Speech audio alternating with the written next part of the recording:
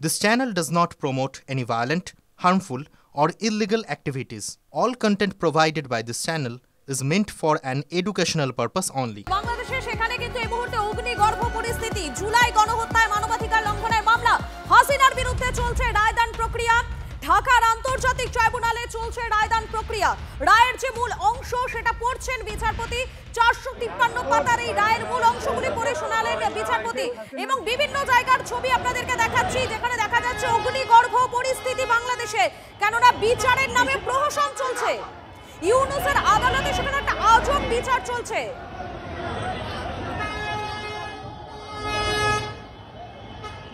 আমি সরাসরি আবারও চলে যাব, আমাদের সঙ্গে রয়েছেন শতমুনির বাবু রয়েছেন, আপনাকে আবারও একবার স্বাগত টিভি9 বাংলায়। দেখুন, আমার একটা বিষয় খুব অবাক লাগছে, এই যে রায়দান প্রক্রিয়া চলছে ইউনূসের আদালতে, সেই রায়দান প্রক্রিয়াটা আপনার কি মনে হচ্ছে না যে এটা একতরফা চলছে, একতরফা ভাবে চালানো হচ্ছে? সেটা না, এটা অবশ্যই আমরা মনে করি যে তারা যে বিচার ব্যবস্থাকে তাদের জামাতিদের নিজেদের লোক দিয়ে তারা একটি প্রতিশোধমূলক এই বিচার ব্যবস্থা দাঁড় করেছে, যেটার কোনো ভিত্তি নেই, যেটার কোনো নেই।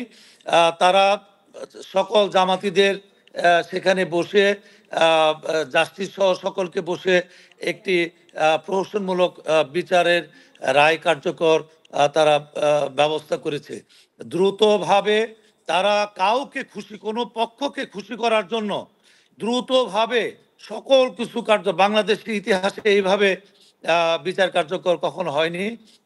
এবং কি আমরা মনে করি যে তারা যে একটা নির্বাচনের কথা বলছে, সে নির্বাচনের আগে শেখ হাসিনা যেন নির্বাচনে অংশগ্রহণ করতে না পারে, আওয়ামী লীগ যেন অংশগ্রহণ করতে না পারে, সেজন্য তারা এই দ্রুত এই বিচারকে কার্যকর করে তারা নির্বাচনে ক্ষমতায় যাওয়ার জন্য, পিছন দরজা দিয়ে ক্ষমতায় যাওয়ার জন্য চেষ্টা করে যাচ্ছে। তারা স্পষ্টই বলেছে জামাত জঙ্গি এবং কি স্বাধীনতা বিরোধী শক্তি। তারা প্রকাশ্যে বলছে যে আমরা 54 বছর পরে সুযোগ পেয়েছি, আমরা সেই 71-এর প্রতিশোধ নেওয়ার সুযোগ পেয়েছি। এবং কি ছাত্র শিবিরে সাবেক সভাপতি মাসুদ, তিনি বারবার বলেছে, টিভিতে টকশোতে বলেছে, আমাদের উদ্দেশ্য ছিল শেখ হাসিনাকে হত্যা করা।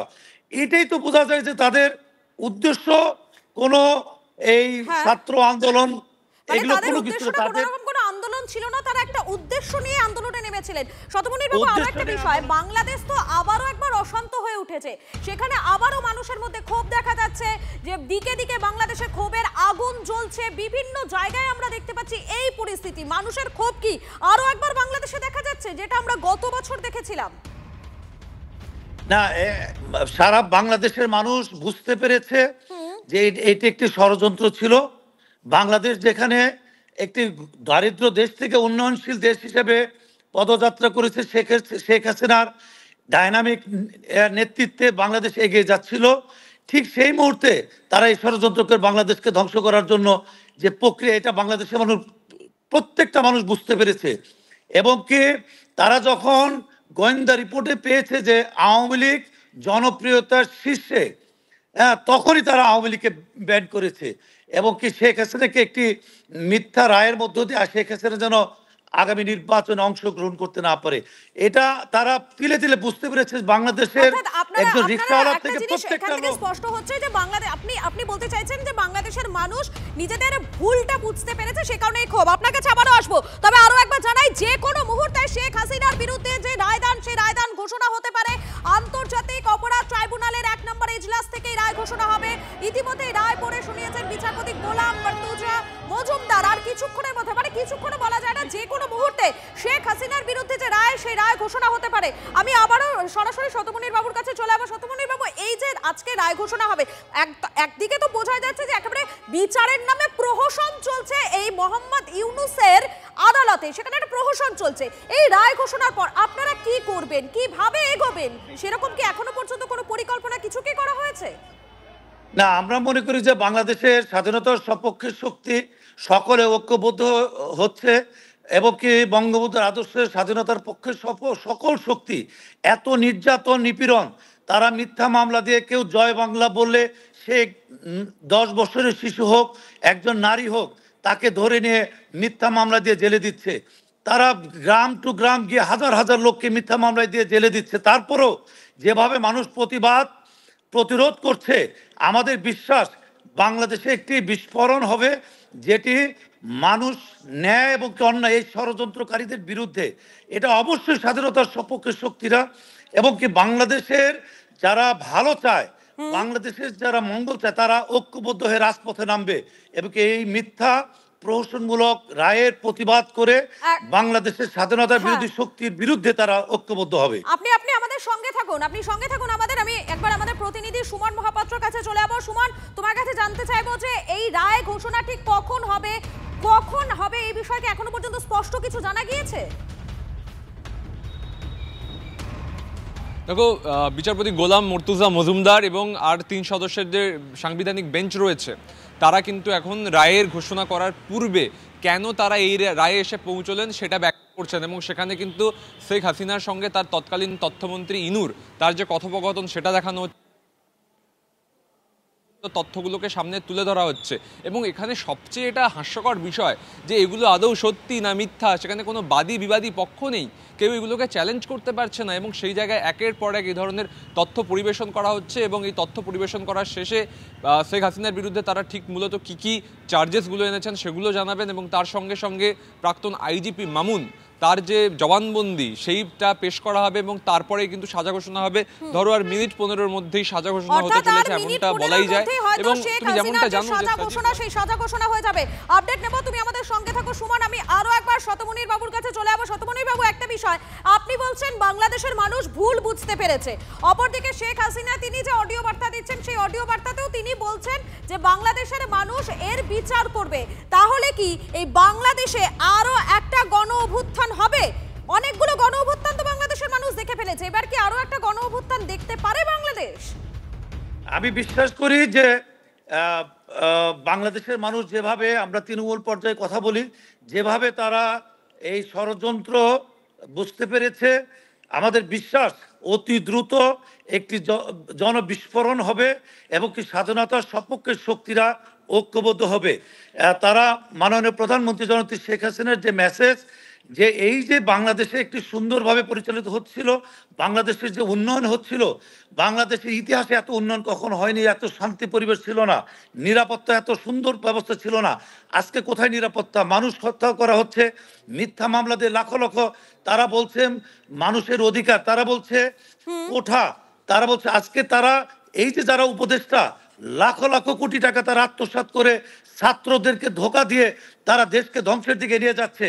তারা কেউ আমেরিকা, কেউ দুবাই বাড়ি করছে। আমি এই জায়গা থেকে শতমুনির বাবু একটা বিষয় আপনার কাছে জানতে চাইবো। দেখুন, জুলাই অভ্যুত্থানের যদি কথা আমরা দেখি, গত বছরের কথাটা যদি ধরি, আপনার কি মনে হয় এই জুলাই অভ্যুত্থান কারো মস্তিষ্ক প্রসূত ছিল? এর পেছনে কি ডিপ স্টেট কোনোভাবে তাদের কি কোনো রকম কোনো মদত ছিল, কোনো মদত পুষ্টতেই হয়েছে কি এটা?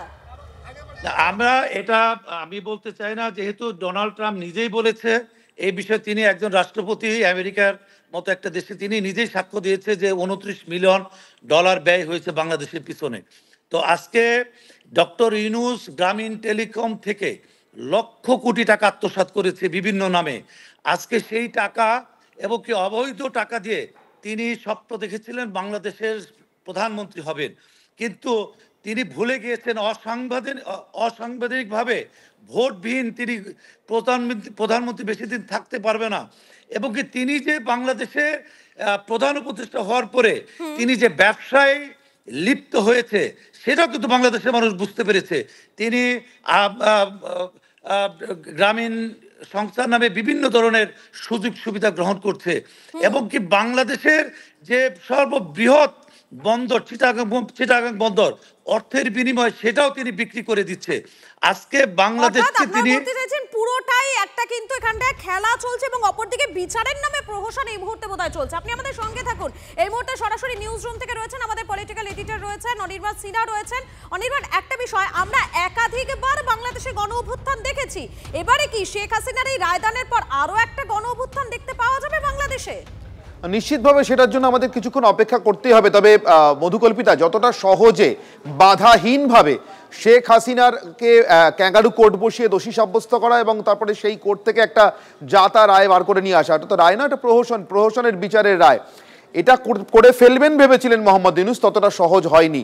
তবে এই যে বাধা বা এই যে প্রতিরোধ, তার কিন্তু আন্দাজ তিনি পেয়েছিলেন গত সপ্তাহ থেকেই বাংলাদেশ ক্রমশ উত্তপ্ত হতে শুরু করেছিল। সেদিক থেকে দেখলে আমাদের অতিথি যে কথা বলছিলেন, আমি অনেকটা সেই কথাটার অনুরণন করেই বলবো যে ইউনূস কিন্তু এই প্রতিরোধের মেজাজ আন্দাজ করেও পিছু হটেননি, প্রধানত তিনটি কারণে। একটা নয়, তিনটে কারণে তিনি এক ঢিলে 3 পাখি মেরেছেন। প্রথম কারণ, তিনি দেশের ভিতরে থাকা প্রবল হাসিনা বিরোধী জামাত এবং অন্যদিকে বিএনপি দুজনকেই বার্তা দিতে চেয়েছেন, এবং অবশ্যই এই ছাত্র দলকে, যে তিনি কোনোভাবেই হাসিনা বিরোধিতার রাস্তা থেকে সরছেন না। যত প্রতিরোধী আসুক, তিনি হাসিনার এই সাজানো বিচার করে তাকে দোষী সাব্যস্ত করে তার নামে একটা সাজা ঘোষণা করিয়ে দেবেনি। এটা তো বাংলাদেশের কোনো আদালত নয়, এটা ইউনূসের তৈরি করা আদালত, যার সঙ্গে জামাত এই সমস্ত জঙ্গি গোষ্ঠীগুলো রয়েছে বা জঙ্গিদের সম্পর্ক রয়েছে। এছাড়া দ্বিতীয় বার্তাটা কি? দ্বিতীয় বার্তা অবশ্যই নির্দিষ্ট করে জামাতের জন্য, যারা নির্বাচনের আগে গণভোট চেয়েছে, আর যে গণভোট হলে আর বাংলাদেশে কোনোদিন নির্বাচন হবে না বলে সবাই মনে করছেন। জামাতকে আপাতত কিছুটা সন্তুষ্ট করবার জন্য শেখ হাসিনা এবং জামাত, যারা একে অপরকে বরাবর জাতশত্রু মনে করে এসছেন, সেই জামাতকে কিছুটা সন্তুষ্ট করবার জন্য এই রায়ের আয়োজন ইউনূস করেছিলেন। এবং তৃতীয়, আমি যে কারণে বললাম, আমাদের সম্মানীয় অতিথির অনুরণন করেই বলবো, চুপচাপ এই প্রতিরোধ ইত্যাদির মাঝখানে কিন্তু গোটা দেশে যখন আগুন জ্বলছে, চট্টগ্রাম বন্দরটা কার্যত তিনি হস্তান্তর করে দিচ্ছেন একটি বিদেশি সংস্থার হাতে, ডেনমার্কের একটি সংস্থার হাতে, যেটা শুধু ডেনিশ সংস্থা নয়, তার সঙ্গে আরো বিভিন্ন দেশের পুঁজি যুক্ত রয়েছে। এবং এই সবটাই করা হচ্ছে আসলে চট্টগ্রাম বন্দরকে নিজেদের নিয়ন্ত্রণ মুক্ত করে বিদেশিদের নিয়ন্ত্রণে তুলে দেওয়ার জন্য। মধুকল্পিতা।